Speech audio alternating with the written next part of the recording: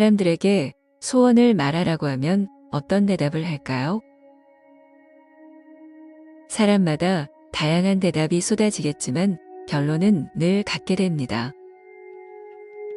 그것은 바로 행복입니다.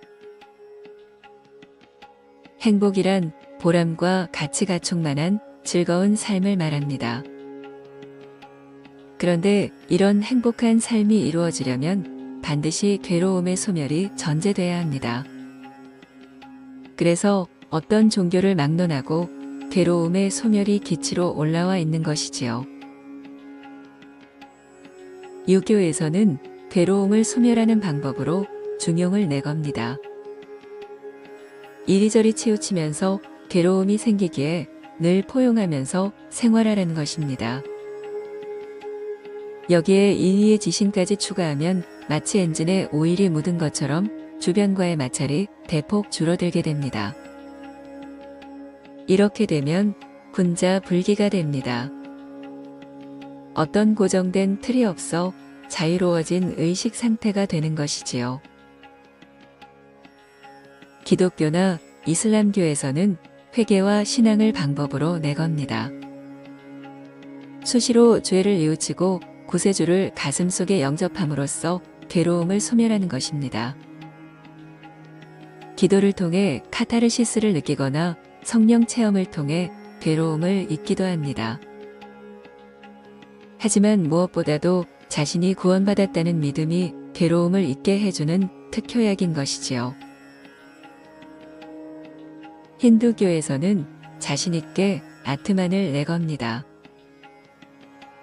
괴로움이란 것은 분별에 집착해 있는 가짜 나에서 파생하게 됩니다. 그래서 이런 가을을 없애 참나의 상태가 되면 괴로울 것이 없게 된다는 얘기입니다. 그리고 참나 자체가 절대적 존재로 이어지기 때문에 시공의 한계에서 오는 괴로움도 극복하게 되는 것이고요. 도가에서는 무의자연의 서청을 내겁니다. 괴로움을 없애려고 하면 마치 흙탕물을 휘젓는 것처럼 다른 괴로움이 꼬리를 물고 일어나게 된다는 얘기입니다. 그래서 괴로움을 그대로 놔두고 자연의 순리에 맞춰 사는 것이 삶의 지혜라는 것입니다. 그렇다면 불교에서는 어떻게 괴로움을 소멸시킬까요? 불교에서는 괴로움을 소멸할 수 없다고 말합니다. 나가 있는 한 당연히 번뇌망상은 있게 되고 그래서 괴로움을 떨칠 수 없다는 것입니다. 그러니 괴로움을 소멸하고 싶으면 나가 없어야만 가능하게 됩니다. 여기서 나온 것이 무아론입니다. 오온이 일시적으로 합성해 꾸며낸 것이 나이므로 사실상 나라고 할 것이 없게 됩니다. 나라고 할 것이 없으면 괴로움은 성립할 수 없게 되겠지요. 그렇다면 무아론을 터득하면 정말로 괴로움이 소멸할까요?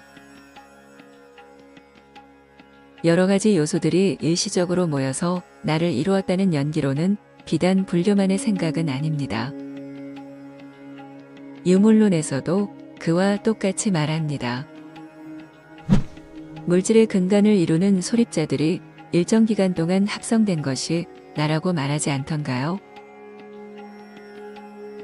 생명과학에서도 무아론을 얘기합니다. 수십조 개의 단세포들이 군집한 것이 나라는 것입니다. 예를 하나 들어보겠습니다.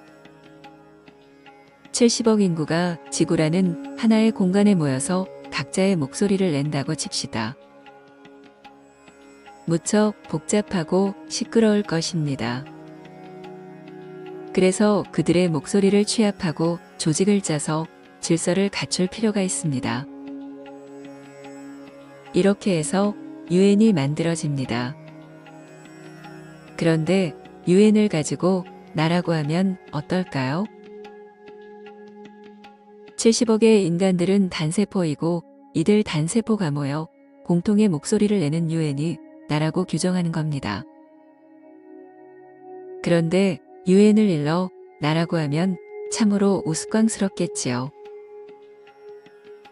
마찬가지로 수십조 개의 단세포들이 모인 군집체를 일러 나라고 하는 것도 그렇습니다.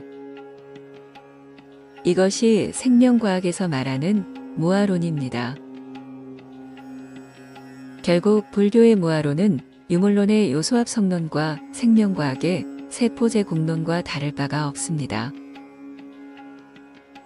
너무 뻔한 얘기다 보니 세존이 무아론을 들고 나왔을 때 브라만교의 수행자들이 그렇게 비웃어댔던 것이지요.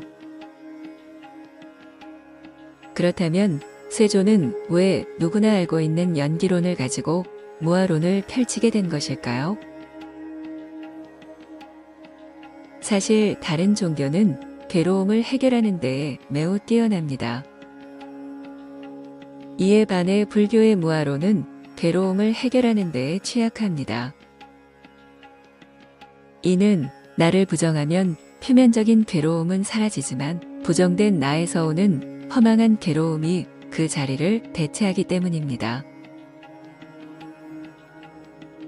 불교의 무아론은 마치 고속도로 분기점 같습니다. 무아론에서 나라고 할 것이 없다는 명제는 세 갈래의 길을 분출하니까요. 첫 번째 길은 허망함을 달래기 위해 마음 비우기, 생각 끊기, 분별 타파 같은 것을 취하게 됩니다. 두 번째 길은 허망함을 부정하기 위해 무아를 참나나 불성에 연결하는 작업을 하게 됩니다. 세 번째 길은 무아의 허망함에서 존재에 대한 강한 의문을 갖게 됩니다. 이 세 번째 길이 반야의 길이고 그 목적지가 진리적 자각입니다. 세존은 세 번째 길로 가게 하기 위해 무아론을 내걸은 것이지요. 괴로움을 불쏘시개로 써서 진리의 불을 활활 타오르게 한 고심의 일책인 것입니다. 하지만 아쉽게도 대부분의 수행자들은 첫 번째와 두 번째의 길을 걷고 있습니다. 당신은 세존께서 괴로움의 소멸을 놓고 다른 종교와 경쟁하려고 무아론을 펴셨다고 생각하시나요? 당신은 무아론에서 갈라진 길 가운데 어느 길을 걷고 계신가요?